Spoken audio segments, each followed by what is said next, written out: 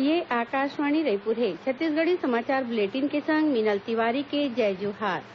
मुख्यमंत्री भूपेश बघेल के अगुवई म काली मंत्रालय म कलेक्टर और पुलिस अधीक्षक के कॉन्फ्रेंस 2 सत्र म राखे जाही। पहली सत्र मंझनिया 1 बजे ले संझा 5 बजे तक होही, जेमा जम्मो संभागायुक्त, कलेक्टर, जिला पंचायत के मुख्य कार्यपालन अधिकारी और नगर निगम के आयुक्त मौजूद रहीं। कॉन्फ्रेंस के दूसर सत्र संझा 5 बजे ले 7 बजे तक चलही। एमा जम्मो संभागायुक्त, पुलिस महानिरीक्षक, कलेक्टर और पुलिस अधीक्षक शामिल होही। कलेक्टर कॉन्फ्रेंस में राज्य शासन के महत्वपूर्ण योजना नरवा, गरूवा, घुरूवा और बारी, लोक सेवा गारंटी अधिनियम में मिले आवेदन के निपटारा और वन अधिकार अधिनियम में निरस्त करे गे आवेदन के समीक्षा करे जाही। उन्हें शहरी भूमि के पट्टा के नवीनीकरण, जल संरक्षण बर करे गे उपाय और सिंचाई रकबा दुगना करे बर तैयार करे गे कार्य योजना के समीक्षा होही। लोक शिक्षण संचालनालय ह जिला शिक्षा अधिकारी मन ल चिट्ठी लिख के शिक्षक मन ल तुरते ओखर मूल पद म भेजे के निर्देश देही। पत्र म गैर शिक्षण काम म लगे शिक्षक मन ल ओखर मूल विभाग म लहुटे के आदेश जारी करे गे हे। लोक शिक्षण संचालनालय ह ये संबंध म 10 जून तक रिपोर्ट मांगे हे। आज विश्व पर्यावरण दिवस हरय। विश्वभर म पर्यावरण कोती जागरूकता लाए बर हर बछर 5 जून के ये दिवस मनाए जाथे। भारत ह पर्यावरण दिवस के मौका म स्वच्छ पर्यावरण खातिर देश के प्रतिबद्धता दोहराए हे। प्रधानमंत्री नरेंद्र मोदी ह ट्वीट करके किहिन कि प्रकृति संग मेल ले भविष्य बने होही। छत्तीसगढ़ म घलो पर्यावरण के संरक्षण खातिर लोगन म जागरूकता लाए बर कतकोन कार्यक्रम होवत हे। जगह जगह रैली निकालेगी, संगे संग चित्रकला, नारा लेखन जैसन प्रतियोगिता घलो होही।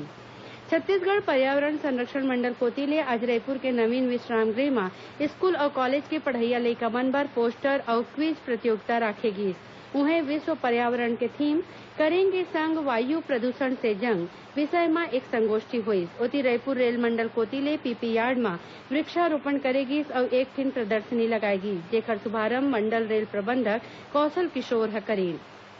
आयकर विभाग ह चालू वित्तीय बछर बर टीडीएस फॉर्म 16 जारी करे के समय सीमा 25 दिन तक बढ़ा दे हे। अब कर्मचारी मन ल 10 जुलाई तक ये फॉर्म जारी करे जा सकही। पहली एखर तारीख 15 जून रिहिस। नियोक्ता मन कोती ले फॉर्म 24 क्यू म आयकर विभाग ह टीडीएस जमा करे के आखिरी तारीख 1 महीना बढ़ा के 30 जून तक कर दे हे। मेडिकल और डेंटल कॉलेज में प्रवेश बर राष्ट्रीय पात्रता और प्रवेश परीक्षा नीट के नतीजा आज घोषित कर देगी। राजस्थान के नलिन खंडेलवाल पहली स्थान में रही, उन्हें दिल्ली के भाविक बंसल दूसर और उत्तर प्रदेश के अक्षत कौशिक तीसर स्थान में रही।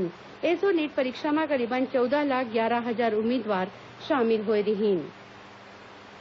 जिला सलाहकार समिति के बैठका में सोनोग्राफी संस्था के निरीक्षण में गति लाए और गड़बड़ी पाए जाए में सोनोग्राफी सेंटर ऊपर कार्रवाई करे के निर्देश देगे हे। कल राजधानी रायपुर में डिप्टी कलेक्टर पूनम शर्मा के अगुवाई और स्वास्थ्य अधिकारी डॉक्टर के.आर. सोनवानी के उपस्थिति में हुए बैठका में पीसीपीएनडीटी एक्ट में नवा पंजीयन बर आए 3 आवेदन और नवीनीकरण बर आए 4 ठिन अर्जी ला गोठ बात के बाद मंजूरी देगी। उन्हें 3 ठिन संस्था के पंजीयन ला निरस्त कर देगे हे। प्रदेश में आज ईद उल फितर के परब उत्साह के संग मनाए जाथे। ये मौका में ईदगाह और मस्जिद में विशेष नमाज अदा करेगी। रमजान के पवित्र महीना सिराए के बाद ये परब मनाए जाथे। राजधानी रायपुर में आज ईदगाह भाटा समेत आने मस्जिद में ईद के विशेष नमाज अदा करेगी और लोगन एक दूसरे ले गला मिल के ईद के मुबारकबाद दी।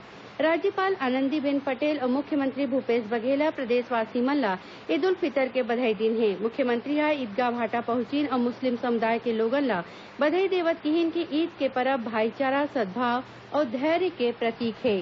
प्रदेश के मल्टीप्लेक्स में छत्तीसगढ़ी फिल्म के प्रदर्शन के मांग ला लेके आज छत्तीसगढ़ी फिल्म निर्माता, निर्देशक और कलाकार मन धरना प्रदर्शन करीन।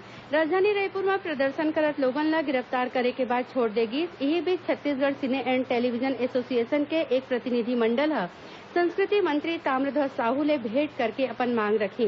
मंत्री ह ओखर मांग में नियम के मुताबिक कार्रवाई करे के भरोसा देवई है। इंग्लैंड में होवत विश्व कप क्रिकेट टूर्नामेंट में आज साउथहम्पटन में भारत और दक्षिण अफ्रीका के बीच मुकाबला खेले जाते।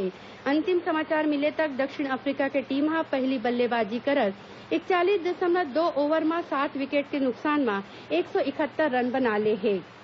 एकरे संग छत्तीसगढ़ी समाचार बुलेटिन इहें सिरावत हे। जय जोहार।